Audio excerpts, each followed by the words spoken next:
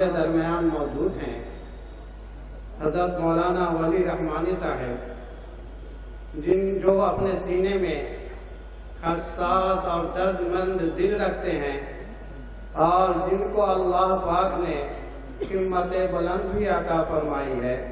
अब वो आपके सामने तशरीफ़ ला रहे हैं और अपने खिताब से आपको नवाजेंगे।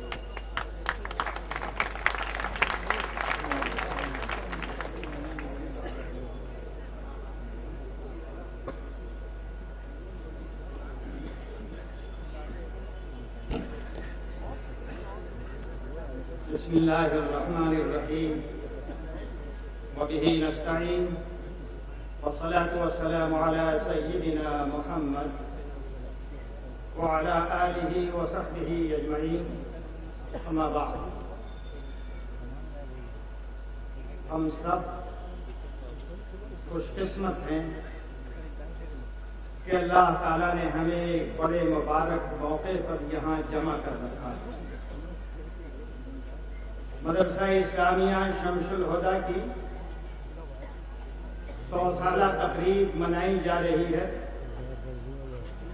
और आप सब मुख्तलिफ मदारिस के जिम्मेदार, मुख्तलिफ इलाकों के जिम्मेदार, बड़ी बड़ी हस्तियां यहाँ जमा हैं बिहार की। और जब मौलाना महमूद मदनी साहब तशरीफ फरमा हैं तो मैं ये कह सकता हूँ कि हिंदुस्तान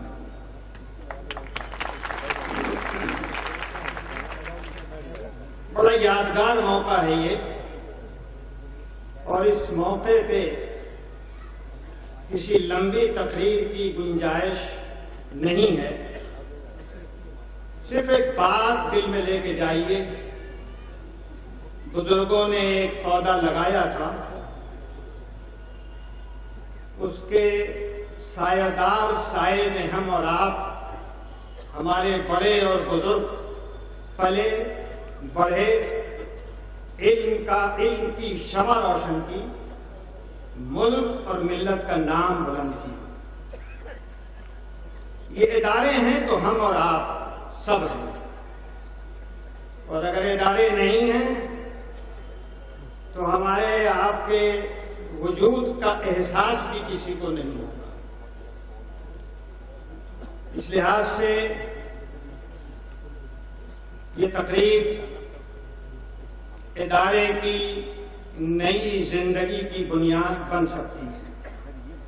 और मैं समझता हूं कि यहाँ के मुदर्रिसीन, यहाँ की इंतजामिया और खास तरीके पर हजरत मौलाना मोहम्मद कासिम साहब मद्दजिल्लहू जिस दूरंदेशी के साथ, एहतियात और परहेज के साथ इस इदारे को बढ़ाना चाहते हैं, इदारा तरक्की करेगा और आप सबका ताउन उन्हें हासिल होगा इंशाअल्लाह। हमारे मोहतरम वज़ीर आला, इनकी निगाहें बड़ी दूर रस है, जिस चीज पे पड़ती है बड़ी गहरी पड़ती है। मदरसा इस्लामिया शमसुल हुदा पे पड़ी है तो मैं समझता हूं कि इसके आईने में वो बिहार के तमाम मदारिस को देखेंगे। और जहां की जो जरूरत है, जिस तरह यहां रिमोट से ये संग बुनियाद रखने वाले हैं, इसी तरह रिमोट के जरिए से मदारिस का काम भी अंजाम दें।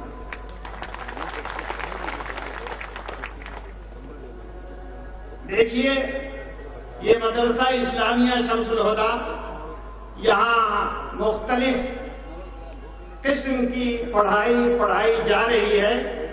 ये मदरसा भी है और अपने निसाब के एतबार से इसमें कुछ चीजें मिली हुई भी हैं। अच्छी बात है। ये तन्हा मदरसा है बिहार का जो हुकूमत के मुकम्मल इंतजाम में चलता है। इसकी जरूरतें क्या हैं, हमारे वज़ीर आला के ज़हन में ये बात होगी। और जो मदारिस बिहार में बोर्ड से मुताल्लिक हैं, उनकी जरूरतें क्या हैं, मैं समझता हूं तमाम चीजों का मुताला करने के बाद हमारे मोहतरम वज़ीर आला यहाँ तशरीफ लाए हैं। इंसानी जरूरतों को इंसानों से अलग नहीं किया जा सकता। मदरसे में जो असातिज़ा काम कर रहे हैं उनकी जरूरतें भी उनके साथ हैं। एक तरफ मदरसे के फारिगीन के लिए आलिम और फाजिल की डिग्री हासिल करने के लिए मौलाना मदुल हक अरबी फारसी यूनिवर्सिटी की राह दिखाई गई और यूनिवर्सिटी के ज़ेर इंतजाम आलिम और फाजिल की डिग्री दी जाती है। लेकिन ये अफसोसनाक और हैरतनाक बात है कि जो लोग आलिम और फाजिल बनाते हैं यानी बीए और एमए कराते हैं, उनकी तनख्वाहों का तनासुब वही होना चाहिए जो बीए और एमए के पढ़ाने वालों का हुआ है। लेकिन जो फासला है मैं देखता हूं तो मुझे हैरत होती है कि अभी तक क्राइटेरिया नहीं बना, 3 साल हो गए, 4 साल पता नहीं कितना गुजरा। और मुझे हैरत इस बात की है कि जो चीज बड़ी आसानी से हो सकती है उसमें न जाने कहां कितनी पेचीदगी है। फाजिल आलिम बीए और एमए के बराबर तो उसके पढ़ाने वालों की तनख्वाह भी बराबर होनी चाहिए, सीधी सी बात है। और क्वालिटी एजुकेशन का ताल्लुक हमारी हुकूमत क्वालिटी तनख्वाह से भी जोड़ती है। एक तरफ क्वालिटी हो और दूसरी तरफ वादे फर्दा, तो तालीम जैसी होगी वो मालूम ही मालूम है। होना तो ये चाहिए था कि मदरसा इस्लामिया शमसुल हुदा जो एक कंप्लीट गवर्नमेंट का मैनेज मदरसा है उसको यूनिवर्सिटी का दर्जा दिया जाता है। मैं ये इसलिए भी कह रहा हूं कि इसके पास अपनी जमीन है, मैं इसलिए भी कह रहा हूं कि इसकी अपनी तारीख है, इसके अपने अफराद हैं, इसके पास शख्सियतों का जखीरा है, इसका शानदार माजी है जिससे शानदार मुस्तकबिल की उम्मीद की जा सकती है। लेकिन मौलाना मदुल हक अरबी फारसी यूनिवर्सिटी बहुत कायदा बगदादी पढ़कर और हिज्जे कर कर अभी उसकी जमीन ही हासिल हुई। यूनिवर्सिटी और भी बनी थी उसी दिन उसी कैबिनेट के फैसले में, लेकिन अभी मौलाना मदुल हक अरबी फारसी यूनिवर्सिटी अपनी तवानाई हासिल करने के लिए मदरसा इस्लामिया शमसुल हुदा और मदरसा बोर्ड से किराए के तालीम को लिया करती है। ठीक है, बोरो प्लेयर से भी बहुत से लोग काम चलाया करते हैं, लेकिन जो ओरिजिनल है वो ओरिजिनल रहेगा। आज बड़ी अच्छी बात है, हमारे मोहतरम वजीर आला साहब संग बुनियाद रख रहे हैं। ये शुरुआत है और मैं समझता हूं कि इनकी निगाह जितनी दूर तक गई होगी इस मदरसे और दूसरे मदरसों के लिए, आने वाले दिनों में बहुत सारी चीजें इनके दिमाग से निकलकर सरजमीन पर आएंगी। मुझे अभी इधर के लोगों से कुछ नहीं कहना है, ये तो हिकायत ही कह दिया मैंने, आपसे कहना है।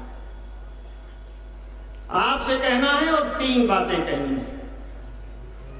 पहली बात, अपनी शख्सियतों की हिफाजत कीजिए। शख्सियतें बड़ी मुश्किल से बनती हैं और बड़ी आसानी से पिघल जाया करती हैं।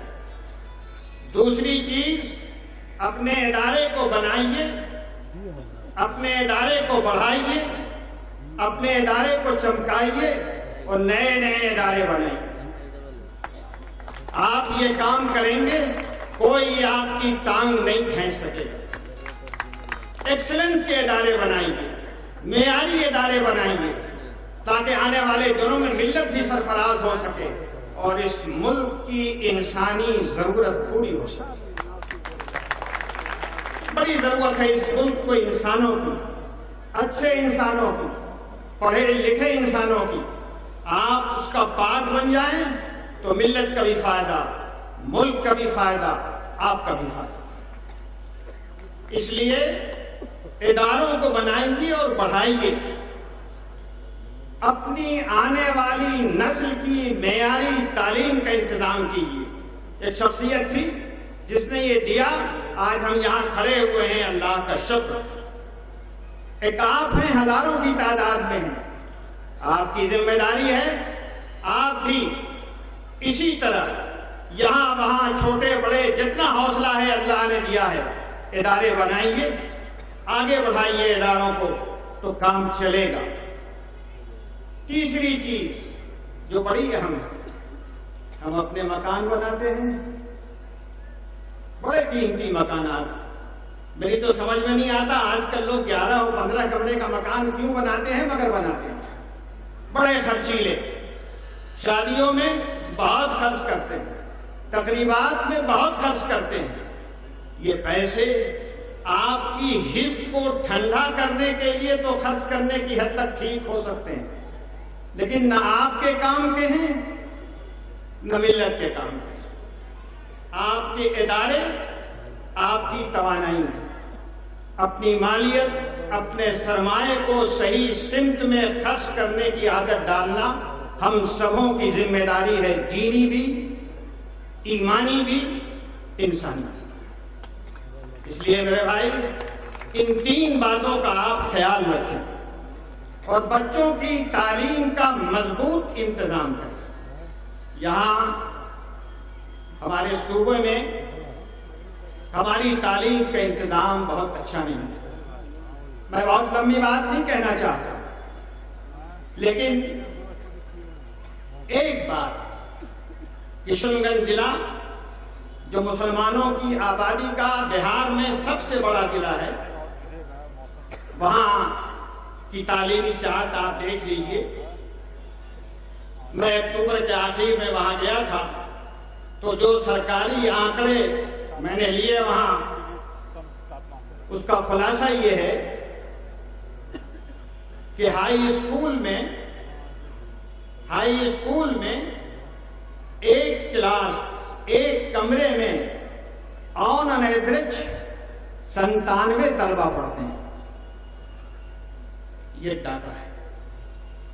पोजीशन ये है कि +2 में 27 इदारे हैं +2 के, उसमें एक टीचर मुसलमान नहीं है।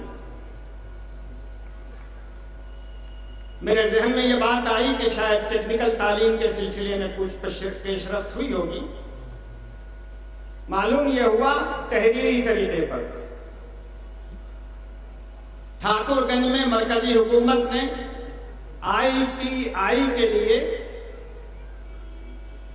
रकम दे दी, स्टेट गवर्नमेंट का हिस्सा नहीं मिला, काम नहीं हुआ, आज तक एक पैसे का काम नहीं हुआ। ये मुस्लिम इलाकों की तालीमी सूरत हाल का जायजा है, बहुत मुख्तसर। और एक बात और भी दिल पे हाथ रख के बल्कि दबा के सुन लीजिए। 2 सरकारी कॉलेज हैं किशनगंज में,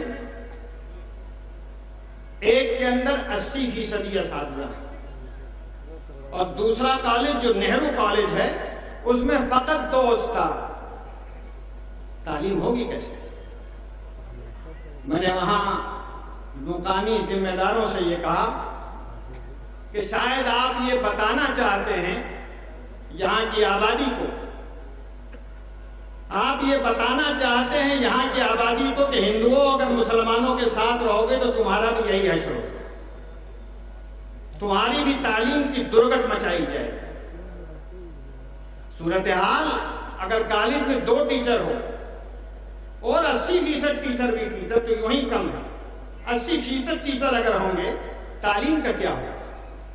इसलिए मैंने कहा आपसे कि इस जिम्मेदारी और इस जवाबदेही को आप अपने दस्तबाजू से संभालने की कोशिश कीजिए। अल्लाह ताला ने आप पे बड़ा हौसला दिया है, बड़ी ताकत और तवानाई दी।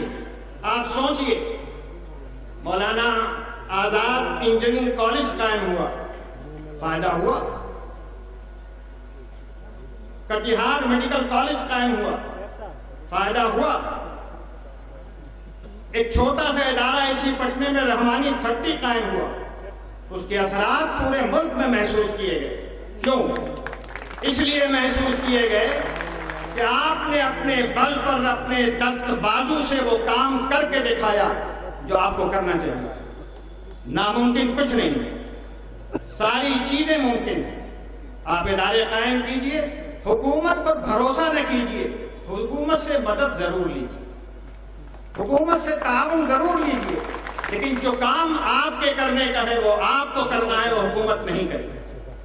हुकूमत स्कूल खोल देगी, आपके बच्चों को आपको भेजना हो, उनमें पढ़ने लिखने का शौक आपको पैदा कराना हो, तभी काम चलेगा। इदारे कायम कीजिए, मुस्तकबिल रोशन रहेगा। मैं जानता हूं और अच्छी तरह जानता हूं कि इदारे कायम करना आसान नहीं है, मुश्किलात हैं, लेकिन अगर आप चैलेंजों को कबूल नहीं करेंगे तो आने वाले दिनों में आपकी औलाद, आपकी नस्लें सर उठाकर इस सरजमीन पे नहीं चल सके। इसलिए चाहे मुश्किलात हो, चाहे आसानियां हो, आपको, आपकी नस्ल को आने वाले दिनों में सर उठाकर चलने के लिए अपने इदारे खोलना बहुत जरूरी है, जिसमें हर हिंदुस्तानी पढ़े और ये समझे कि मुसलमान सिर्फ लेने वाली मिल्लत नहीं है, ये देने की पोजीशन है। मुसलमान देने की पोजीशन में, आप अपनी इस पोजीशन को समझिए और मामलात को आगे बढ़ाइए। मैं जानता हूं दुश्वारियां आएंगी। अभी रहमानी फाउंडेशन ने 285 एकड़ जमीन हासिल की किशनगंज के अंदर, कोठिया में। कोठिया जहां तक मेरी याददाश्त है हिंदुस्तान का सबसे बैकवर्ड ब्लॉक है। रहमानी फाउंडेशन का यह ख्वाब था कि जहां सबसे पिछड़ापन है वहीं से इल्म का चिराग रोशन हो। कोशिश की गई, लेकिन आज जमीन की लिखाई हुई और परसों से वहां दाखला शुरू हो गया आदिवासी हजरात का। जिला इंतजामिया आज और कल रहमानी फाउंडेशन वालों को वहां जाने की गुंजाइश नहीं है। जो मालिक है उसके या जिनका हक है उसके ऊपर कानूनी, लेकिन जा रहे हैं वो लोग जिनका कोई कहीं से दूर दूर हक नहीं। पहले मरहले में ये झूठ बोला गया कि कायदे में ये रजिस्ट्री गलत है, फिर झूठ बोला गया आदिवासी की जमीन है ये, लेकिन डीसीएलआर के फैसले के बाद भी सूरत हाल जस के तस, कहीं से कोई तब्दीली नहीं। मुकामी इंतजामिया तमाशा देख रहा है और मुझे हैरत इस बात पे है कि पटने से लेकर कोठिया तक भाया किशनगंज तमाम लोगों को मालूम है कि सूरत हाल क्या है, कोई बात नहीं चल रही। ठीक यही सूरत हाल 2-3 महीना पहले मिल्लिया की हुई। 100 एकड़ जमीन मिल्लिया वालों ने घेराई, बाकायदा चौहद्दी बनाई, तामीर का काम शुरू हुआ, घुस गए आदिवासी, कुछ नहीं हो रहा। मैं नहीं जानता कि ये तरीकेकार, इस तरह घुसपैठ, इस तरह जमीनों पे कब्जा करना, ये सुशासन की अलामत है या कुशासन की अलामत है। लेकिन ये जरूर है कि हमारे पैर अगर तालीम की तरफ बढ़ना चाहते हैं तो हमें बढ़ने से रोका जाता है, तरकीबों से, तदबीरों से, हीले बहाने से वो टाला जाता है, गलत रिपोर्टें दी जाती हैं। इस तरह की सूरत हाल आएगी आपके साथ। लेकिन अगर आपके घर में कोई कैंसर का मरीज हो, उसे कब्रिस्तान नहीं पहुंचाते, उसका इलाज कराएंगे। इसी तरह से अगर कोई समाज, चाहे वो तंत्र सरकारी ही क्यों न हो, अगर वो कोई गड़बड़ करता है उसका भी इलाज हो सकता है, उसका भी इलाज हो सकता है। और हमें एक अफसर ने कहा, बड़ी प्यारी बात कही, मौलाना साहब हम जमीन के लिए गोली तो नहीं चला सकते। मैंने कहा बात बिल्कुल सही है, आपकी गोलियां तो भजनपुरा के लिए हैं, आपकी गोलियां तो 4 अप्रैल को नवादा की मस्जिद के लिए हैं, इनके लिए तो नहीं है आपकी गोलियां। गोलियां खाने का तो पैदाइशी हक हमारा है, हम खाएंगे और जम पे खाएंगे। लेकिन याद रखिए, और आपको यह समझना चाहिए कि गोली खाना अपनी जगह पर, तामीर का सिलसिला जारी रहेगा। बनने का सिलसिला जारी रहेगा, पूरी हिम्मत के साथ, पूरे हौसले के साथ। ये जो जमीनों के कब्जे का सिलसिला है, इसे समाजी मसला नहीं कहना चाहिए, ये कानून का मसला है, ये हक का मसला है। और अगर हम मरकजी हुकूमत से अधिकार चाहते हैं तो वो अधिकार चाहते हैं जिसकी अभी तक कानूनी गुंजाइश नहीं है। मुसलमान और मुस्लिम इदारे जो अधिकार चाहते हैं वो कानून के दायरे में नहीं, उसके बहुत अंदर है। ये सूरत हाल कि हम इदारा नहीं बना सकते, ये सूरत हाल कि हम काम नहीं कर सकते, हम काम करने नहीं देंगे, और ये सूरत हाल आपको सुन के हैरत होगी कि थाना FIR लेने को तैयार नहीं। SP साहब डिजाइन दे रहे हैं शक्ल सूरत का, कलेक्टर साहब सुभान अल्लाह झूठ का हिमालय पहाड़ बना रहे। क्या तमाशा है। इस सूरत हाल में काम चलने की गुंजाइश नहीं है। लेकिन याद रखिए, अगर आप चाहेंगे तो ठोकर नहीं, पहाड़ भी रास्ते से हट सकता है और आप रास्ता बना सकते हैं। अपने हौसले से, अपने हिम्मत से, अपने इरादे से इस बात की कोशिश कीजिए कि आप हर जगह, हर इलाके में अपने इदारे बनाएं, बढ़ाएं, चलाएं, ताकि आने वाले दिनों में हिंदुस्तान भी तरक्की करे, हम और आप भी तरक्की करें। रब्बना तक़ब्बल मिन्ना इन्नका अंतस समीउल अलीम। जैसा कि आप हजरात को मालूम है कि आज हॉस्टल मदरसा इस्लामिया शम्सुल हुदा का संग बुनियाद भी डाले जाने वाला है।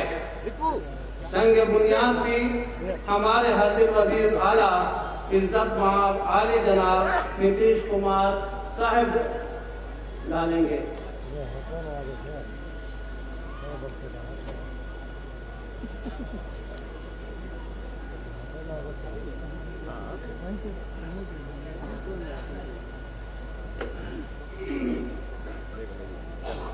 सामने से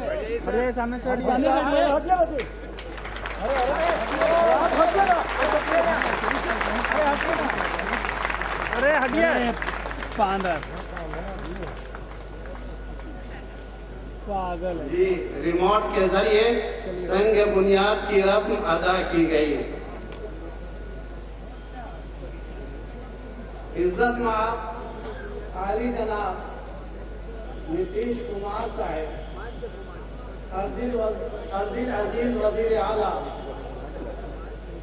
ये मदरसा इस्लामिया शम्सुल हुदा आपका मदरसा है, आपका अकेला और इकलौता इदारा। आप यहाँ मेजबान खुसूसी हो सकते हैं, मेहमान खुसूसी नहीं। आप अपने इदारे में मेहमान बनकर कैसे आ सकते हैं? आप यहाँ मेजबान बनकर आए हैं, लिखा हुआ तो मेहमान खुसूसी है।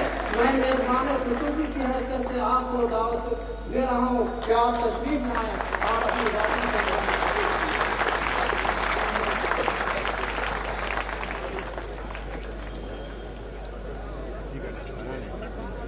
बिहार की हुकूमत वज़ीर आला जनाब नीतीश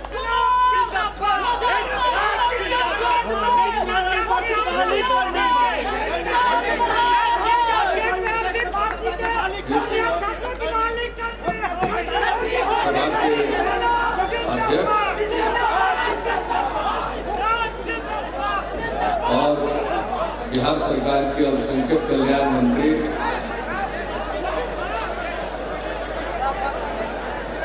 तथा इंफॉर्मेशन टेक्नोलॉजी के मंत्री जनाब शाहिद अली खान साहब,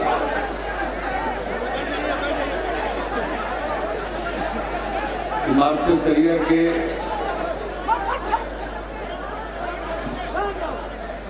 अमीर शरीयत जनाब मौलाना निजामुद्दीन साहब, हमारे शिक्षा मंत्री श्री PK शाही जी, जमातुल उलमाए हिंद के जनरल सेक्रेटरी मौलाना सैयद महमूद असद मदनी साहब,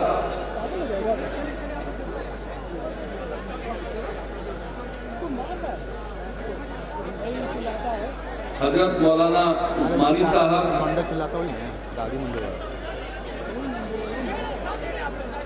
हजरत मौलाना शौकत मस्तानवी साहब,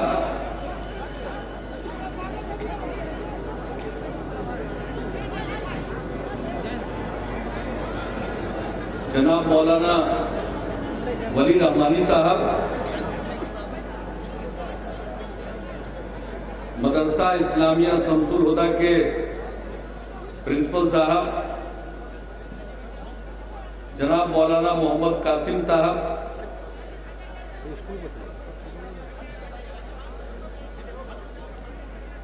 बिहार अल्पसंख्यक आयोग के अध्यक्ष जनाब नौशाद अहमद साहब, माननीय विधायक जनाब डॉक्टर इजहार अहमद साहब, बिहार विधान परिषद के माननीय सदस्य जनाब इजराइल रहीम साहब, मदरसा बोर्ड के चेयरमैन जनाब मुमताज आलम साहब, सुन्नी वक्फ बोर्ड के चेयरमैन जनाब इरशादुल्लाह साहब, फिक्स फ्रेम एकदम फिक्स है, फ्रेम रहेगा एकदम फिक्स रहेगा। जनाब नूरुल वारिस साहब, जनाब हुस्ने अहमद कादरी साहब, जनाब मौलाना मोतिउर रहमान साहब, असलम आजाद साहब, अशफाक करीम साहब और यहाँ सभी मौजूद खास मेहमानगण, हमारे गृह विभाग और अल्पसंख्यक कल्याण विभाग के प्रिंसिपल सेक्रेटरी जनाब आमिर सुभानी साहब, शिक्षा विभाग के प्रिंसिपल सेक्रेटरी अमरजीत सिन्हा साहब,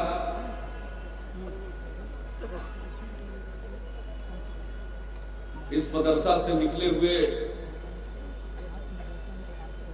और कई जगहों पर अपना खास जगह बनाने वाले सभी पूर्ववर्ती पुराने छात्रगण, इस मदरसा के पूर्व शिक्षक और वर्तमान शिक्षकगण, सभी यहाँ छात्रगण, प्रिंट एवं इलेक्ट्रॉनिक मीडिया के सभी यहाँ प्रतिनिधिगण,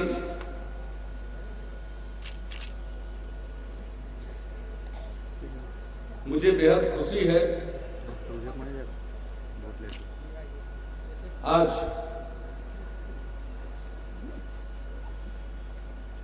इस मदरसा इस्लामिया शमसुल हुदा के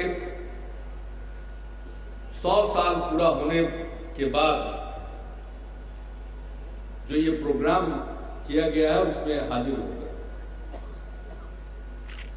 और ये कोई मामूली बात नहीं है। इस मदरसे ने, जिसको बनाया जस्टिस सैयद नूरुल हुदा साहब ने 1912 में, आज 100 साल पूरा कर रहा है। बिहार भी 1912 में ही बंगाल से अलग हुआ था और अभी हाल में मार्च में हम लोगों ने बिहार का 100 साल पूरा होने पर जश्न मनाया। सिर्फ बिहार में ही नहीं बल्कि बिहारी जो बिहार के बाहर रहते हैं उन लोगों ने भी देश के अलग अलग हिस्सों में और यहां तक कि देश के बाहर भी अनेक जगहों पर लोगों ने बिहार का शताब्दी समारोह मनाया। और आज मुझे खुशी है इस मदरसे का भी 100 साल का जश्न मनाया जा रहा है। मैं शुक्रिया अदा करता हूं आमिर सुबहानी जी का।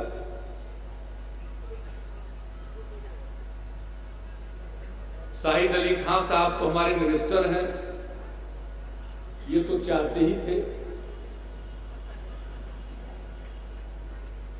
और आमिर सुबहानी साहब ने ये प्रपोजल तैयार किया कि साहब 100 साल पूरा हो रहा है, इसका ठीक से जश्न मनना चाहिए और वहां के प्रिंसिपल साहब चाहते हैं तो इनको हम सब लोगों को मदद करनी चाहिए। मैंने कहा इससे अच्छी कोई बात हो ही नहीं सकती है, पूरी मदद कीजिए उनकी।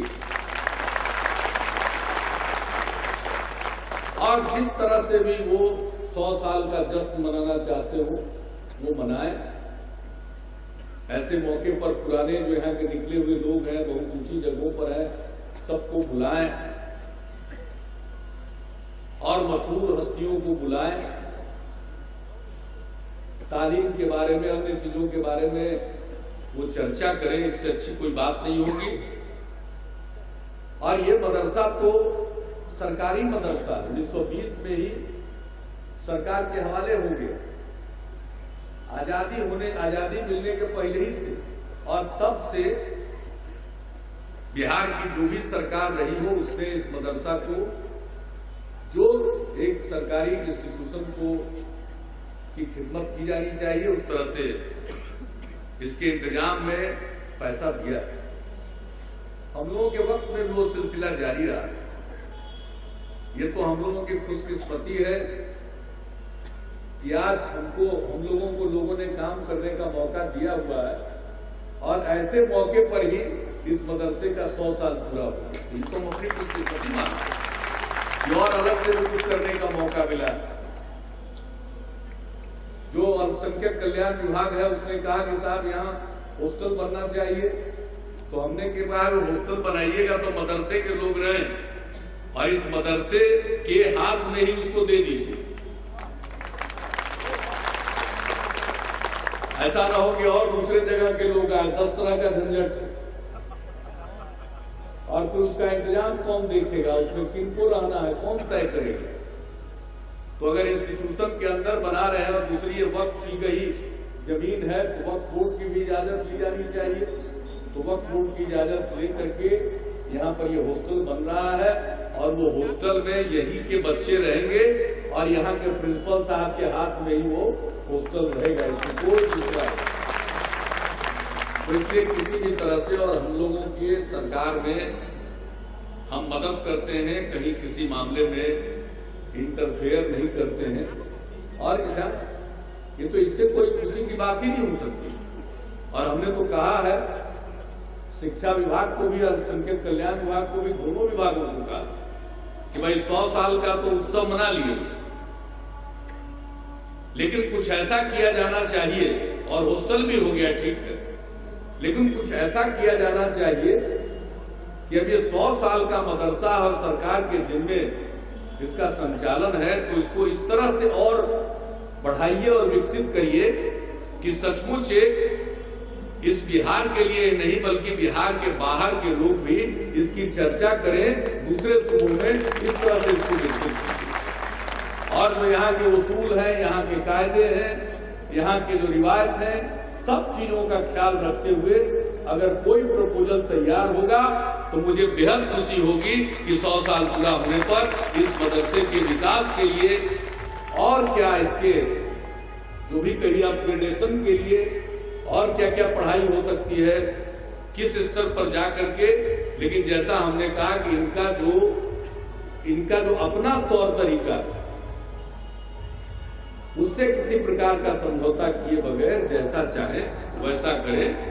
और इसके लिए मैं एक ही आपको वचन दूंगा आज के इस अवसर पर कि इसके लिए पैसे की कमी नहीं होने दी जाएगी। ये प्रस्ताव तैयार करें शिक्षा विभाग मिलकर के, और प्रिंसिपल साहब से तो पुराना ताल्लुकात है हमारा। जब हम ईद के दिन जाते हैं गांधी मैदान में लोगों को मुबारकबाद पेश करने, तो आप ही का खुतबा होता रहता और उसके बाद इनसे हम मिल करके सबसे पहले ईद की मुबारकबाद इन्हीं को देते हैं। तो इनको देखते रहे हैं और बहुत ही, जिसको कहिए, अपने काम को पूरी काम में पूरी रुचि लेकर के और सबको साथ लेकर चलते हैं, सबसे बड़ी बात है। और सब लोगों का भरोसा आप पर, तो आपके ही देख रेख में जो भी प्रपोजल बनना हो बना दीजिए, हम लोग आपकी पूरी मदद करेंगे। और आज के मौके पर तो हम सिर्फ और सिर्फ हम शिरकत करने आए। बहुत वक्त मिलेगा, हम लोग आपस में मिलकर के भी बात कर सकते हैं। बहुत जल्द से होंगे जिसमें कोई सवाल उठेगा तो उसका जवाब भी दिया जा सकता है। लेकिन मैं नहीं चाहता हूं कि जो जश्न है 100 साल पूरा होने का जश्न अपने आप में एक बहुत बड़ी बात है, एक खास बात है कि कोई एक इंस्टीट्यूशन, एक इदारा 100 साल पूरा कर रहा है और हम सब लोग उसको और इस प्रकार से आगे बढ़ाने की कोशिश करें कि अगला 100 साल भी पूरा करे। और जब वो 100 साल पूरा करे तो आज जैसे हम लोग याद कर रहे हैं नूरुल हुदा साहब को, और इस बीच में जो इनको सहायता देने वाले लोग हैं उनको याद कर रहे हैं कि अपनी प्रॉपर्टी उन्होंने वक्फ कर दी इस मदरसे के लिए, और मदरसे के बिल्डिंग का भी उन्होंने निर्माण कराया। बाद में सरकार ने लिया, उसके हवाले उन्होंने कर दिया, इसका देखभाल सरकारें करती रही। तो ऐसा कुछ किया जाना चाहिए कि यहाँ पर हम में से तो बैठे हुए कोई रहेंगे नहीं 100 साल, जब अगली बार पूरा होगा तो इतना जरूर है कि इस जो आज जलसा हुआ इसकी चर्चा हो जाए अगले 100 साल के बाद, यही कोई मामूली बात है। तो ऐसा कुछ हो जाए, और ये जैसे आज खुशकिस्मती है कि 100 साल पूरा होने पर आने का मौका मिला, तो वैसे ही खुशकिस्मती होगी कि आप ऐसा कुछ कीजिए, हम लोग उसको मंजूर करें।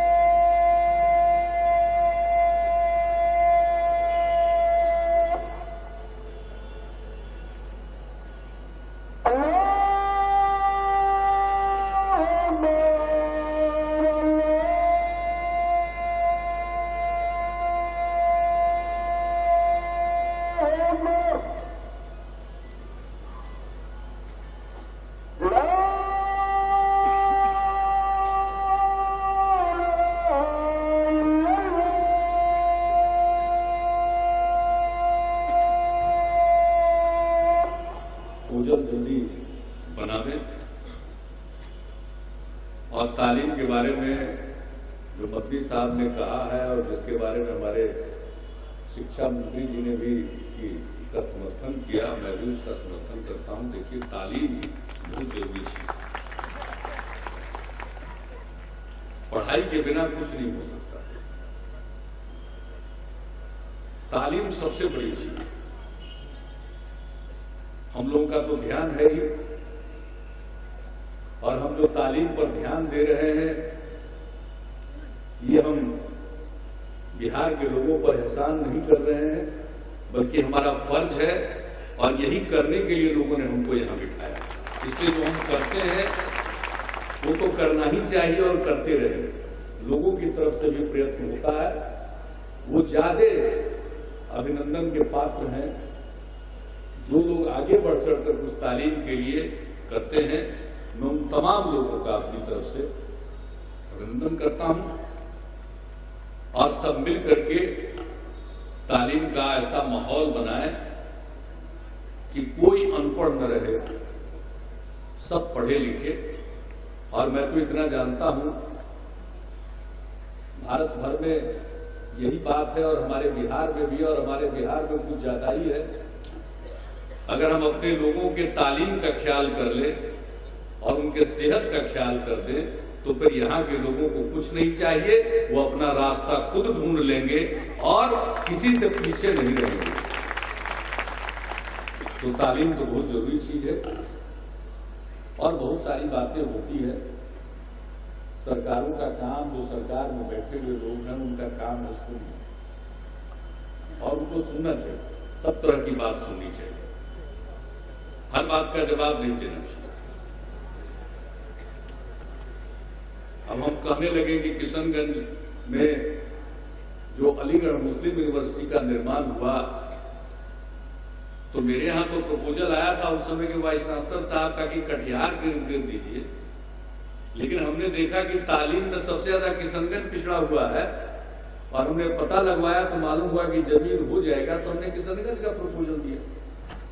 बीच में कुछ विवाद हुए, अब वो विवाद समाप्त हो गया, सरकार ने भी जमीन, एक ही जगह जमीन दे दी, वो विवाद खत्म हो गया।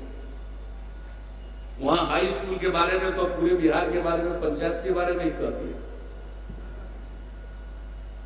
लेकिन वहां हमने तय किया कि कम से कम प्रत्येक ब्लॉक में 5-5 हाई स्कूल होने चाहिए। तो इसके लिए भी कार्रवाई आगे बढ़ाई गई, तो बहुत कुछ किया जाता है। यहाँ जो अरबी फारसी यूनिवर्सिटी था, वो ऐसा कमाल यूनिवर्सिटी था कि उसका नोटिफिकेशन तक नहीं हुआ।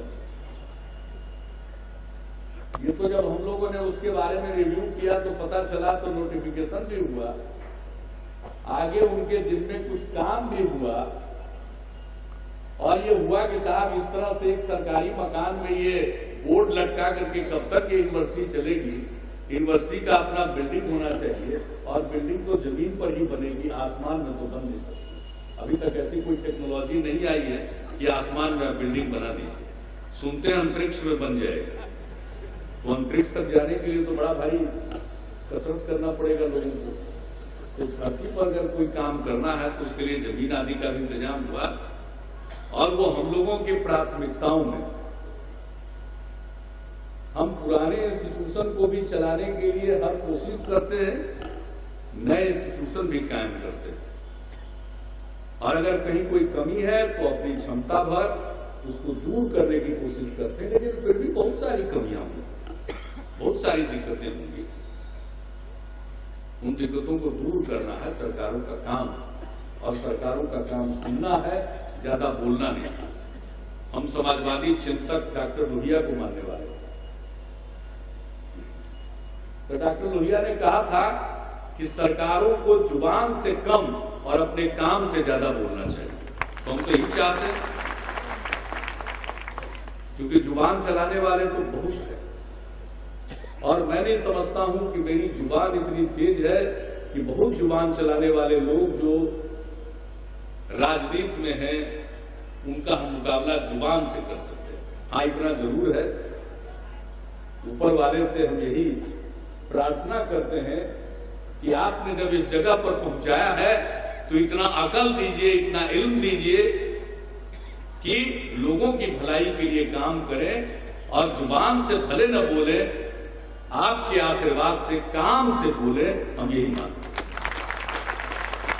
और एक बात हम और जानते हैं, दुनिया में जो डेमोक्रेसी है, जमहूरियत है, ये सबसे बड़ी चीज है। इसमें लोगों के हाथ में ताकत है। कभी भी कोई किसी को एक बार मूर्ख बना सकता है, 2 बार मूर्ख बना सकता है, सबको सदैव के लिए कोई मूर्ख नहीं बना सकता है। ये जमहूरियत की ताकत है। लोगों को एहसास होता है और लोग अपना फैसला लेते हैं। एक तो ये जमहूरियत की ताकत है, और दूसरा ऊपर वाले का एक निजाम है। आखिरी दिन हर किसी को अपना हिसाब देना, तो मैं तो एक तरफ देखता हूं कि जमहूरियत की जो ताकत है, लोगों के प्रति वफादार रहिए, और दूसरी तरफ मेरे मन में एक ही बात होती है कि हमको भी हिसाब देना है, तो आखिरी हिसाब जिस दिन देना हो उस दिन हम गुनहगार साबित न हो। इसलिए जितनी बात समझ में आती है उतनी हम करते रहते हैं। कमियां बहुत होंगी, अपने बुजुर्गों से उन कमियों को दूर करने की सीखते रहेंगे, उसका कैसे दूर किया जाए और उस पर अमल करते रहेंगे। तो आज के इस मौके पर ज्यादा कुछ नहीं, हम खुदा साहब को, जिन्होंने अपने पिताजी के नाम पर इस मदरसे का निर्माण किया, उनको मैं श्रद्धांजलि देता हूं और इस मदरसे को अपनी समस्त शुभकामनाएं देता हूं। जो भी हमसे बन पड़ेगा हम इसकी खिदमत करेंगे। आप सबको बहुत बहुत शुक्रिया जो आपने मेरी बात ध्यानपूर्वक सुनी। इन्हीं शब्दों के साथ मैं अपनी बात को समाप्त करता हूं।